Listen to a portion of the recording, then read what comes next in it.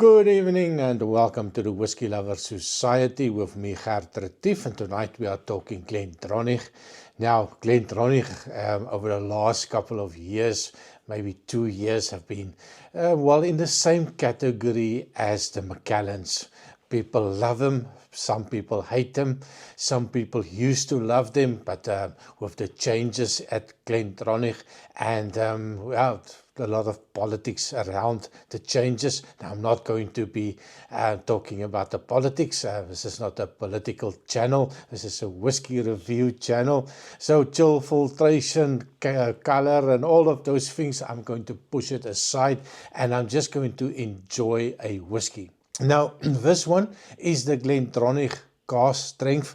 I feel I keep on gravitating towards the cask strength whiskies nowadays. I just did a review of the Edredauer 12-year-old cask strength. My word, it is a fantastic whiskey. I will put a link at the end card so that you can have a look. So this one is a little bit of maybe a comparison between the two. Of course, the Glendronach batch number 10, it is 58.6% ABV. Of course, it is natural color, non-chill filter. How do I know that? It's still on the label. So it's nice to see it on the label. And of course, maybe not a good comparison between a 12-year-old and a no-age statement whiskey. But, I'm quite looking forward to giving this one a go. And of course, the maturation, Pedro Ebenes, and of course Oloroso Sherry. Now they're definitely ticking the boxes for me there. It is a little bit like a sweet festival, a sherry festival this week with a 2 cask strength. And let's see which one will win my credit card details. And of course, if you want to pick this one up, it's still available. Just have to do a little bit of digging. Costs around €97 here in Belgium. And of course, outside of Belgium, it might be a little bit cheaper. Well, cheaper is it's a strange term when it comes to a no-age statement whiskey. Of course, high ABV can make up the numbers for me. Or do I just pay about 26 euros more and buy a 12-year-old whiskey from Edredauer? And of course, before I start, and I keep on forgetting to add this, please remember to like, share and subscribe. I always put it at the end, and I feel that a lot of people don't see it. It takes a lot of time, effort and money to make these videos. And of course, the money that comes from ad revenue goes straight to kids in South Africa. We are looking after 75 kids. It costs a lot of money to keep those tummies full. So click. You don't have to pay anything. And of course, you will help somebody with a nice meal every day. So back to the whiskey. Color-wise, it is natural color, non-chill filtered. And there is a little bit of a oiliness to it. Not always so easy to see it on the camera. You see it when you coat the glass. It slowly form a little leg, what they call it, and it's slowly descending, and you see the droplets at the top, small little droplets forming at the top of the glass. So there is a little bit of a viscosity. Now, cask strength. So if you do taste it, or if you do nose it, or just smell it, be careful. That can be a little bit too much for the senses, and of course you don't want to burden the senses too much. So on the nose, it is really nice. Even at that high ABV, and the fact that it is a no-age statement whiskey, it gives me an impression, when it settles down, that it is a little bit older than suggested. So I do believe maybe quite 6, 7, 8, maybe even a little bit older on the nose. But when you agitate it and you stick your nose in it, it does tell you it is a young whiskey. It does tell you that it's sharp, that ethanol of a young whiskey is clearly visible on the nose. But within 20 seconds, if you go back, it relaxes. When you get a sweetness, but it's not an overly sweet whiskey. It's not like the Edredauer that has got that big punch of that fruity components, that dark fruit component. This one is more mellowed down for me, more towards the Oloroso sherry than the Pedro Ximénez sherry. Definitely that Oloroso gave a little bit more than Pedro Ximénez. Now, Pedro Ximénez, for people that don't know, it is so sweet. It's sugary sweet. And oh, my mouth is watering already. So maybe I should stop talking and get on with the show. So yeah, not overly sweet. There is that youthful component is definitely there. Definitely needs time in a glass. And when I pour it, I normally, before I start a video, I pour it, I give it a nose, and then I will put it down, set up the equipment and things, and then I will go back. Now, when I poured this one, it was a little bit of a roughness, a little sharp edges sticking out. That alcohol was much higher than it is now. But once you pour it, there's a little bit of a alcohol evaporation, or maybe not the right word, but the molecules get dispersed more evenly, and it is not so sharp on the nose. So definitely give it a little bit of time. And once you've given it time, you get that lovely dark fruits coming out. For me, prunes standing out, even maybe a little bit of a stewed prunes, but it's there, the nice soft ones, not that old dry ones that you get.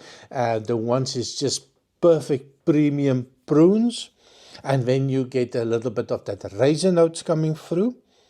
And I get a hint of chocolate, but not a dark chocolate. It just reminds me of a cocoa bean. Now, I made my own, infused vodka. And with the pack or the box that they send you, they have cocoa beans. And I crushed one and I put it into that vodka to infuse it. Now, I get that same little hint of that chocolate or cacao bean that I crushed, something similar to that. And then, don't agitate it too much, especially when you just pour it. It's going to be a little bit off-putting. There's a little peachy note coming through, a little bit of a jammy note. Reminds me of maybe something like a berry, strawberry, maybe blackberries, a little mixture of the two. So it's a jammy note, a sweetness jammy note. And I also get that oakiness, a little bit of an oak, maybe furniture polish that was just freshly done, a sweet polish. I don't know if it even exists, but that's what I pick up. And then I also get a little bit of a leathery note, an old polished leather note. They're really pleasant. So stunning on the nose, on the taste, cheers.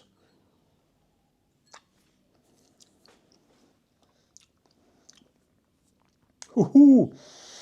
Now, on the taste, that sherry note is definitely kicking out. That Pedro Ximénez is now dominating completely. It is very sweet. It's punchy. It's hot. Of course, that alcohol is high, but I knew that. So small little sips, very small sips, just cover your whole mouth, and you feel the heat building up, almost like a chilly heat.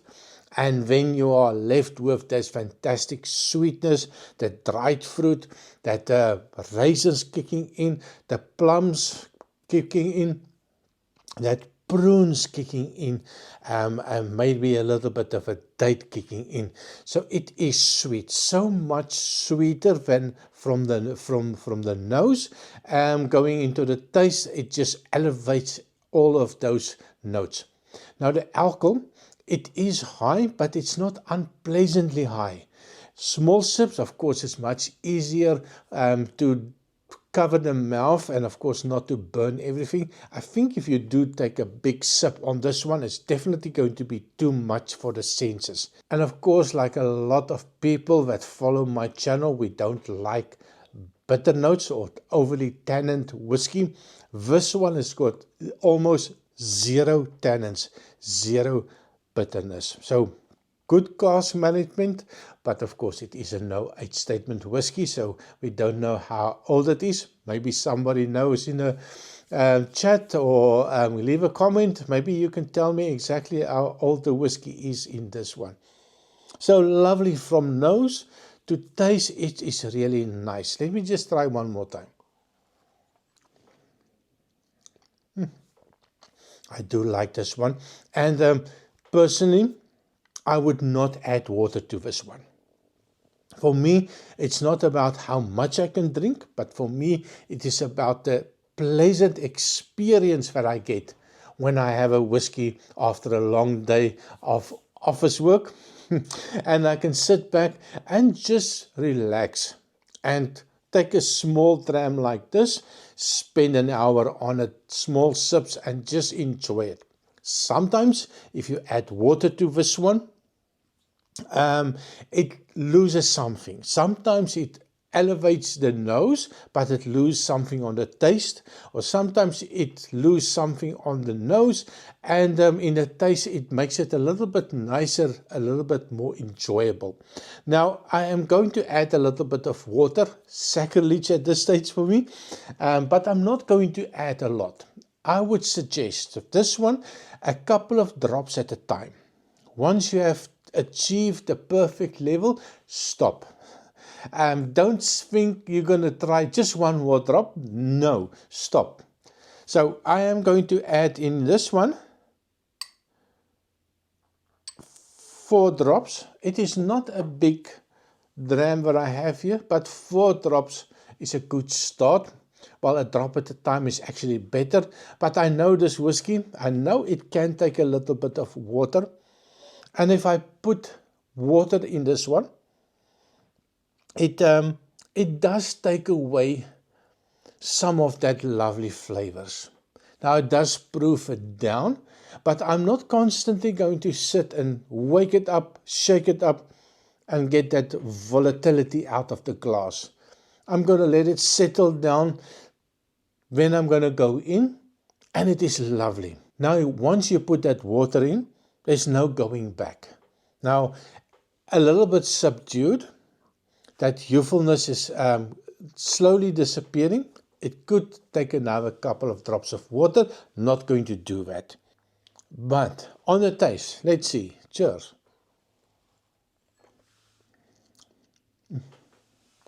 On the taste, it seems a little bit more relaxed. That little punchy note, that little heat is slowly disappearing. It's a little bit sweeter for me. It's less rough. It feels a little bit more mature with it. Just that couple of drops of water.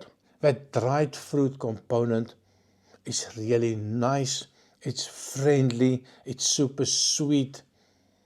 It's really nice. So yeah, add a little bit of water if you need it. If you cannot handle a high ABV, it's a little bit too much, start off very small sips. And if you can't handle that, just add a little bit of water. I mean, you paid for it, you drink it the way that you like it. This one, I'm a little bit in two minds. Do I add water or don't I add water? For me, it's maybe a little bit simple. Don't add water, but smaller sips, and just enjoy it. If you are a guy that likes to take one of that and in 5 minutes it's gone, add water. Otherwise, it's going to be a little bit too much for you to handle over a long period of time. well, who am I to tell you how to drink your whiskey? But for me, perfect one. Edderdour, 12 years old. Cask strength for this one. I think that Edderdour is still kicking this one's ass. I think that's a little bit more deeper flavor, darker flavor, and I did like it a little bit better than this one. A little bit more expensive, but yeah, that is my opinion. So thank you very much for watching. Like and subscribe, and I see you next time. Cheers.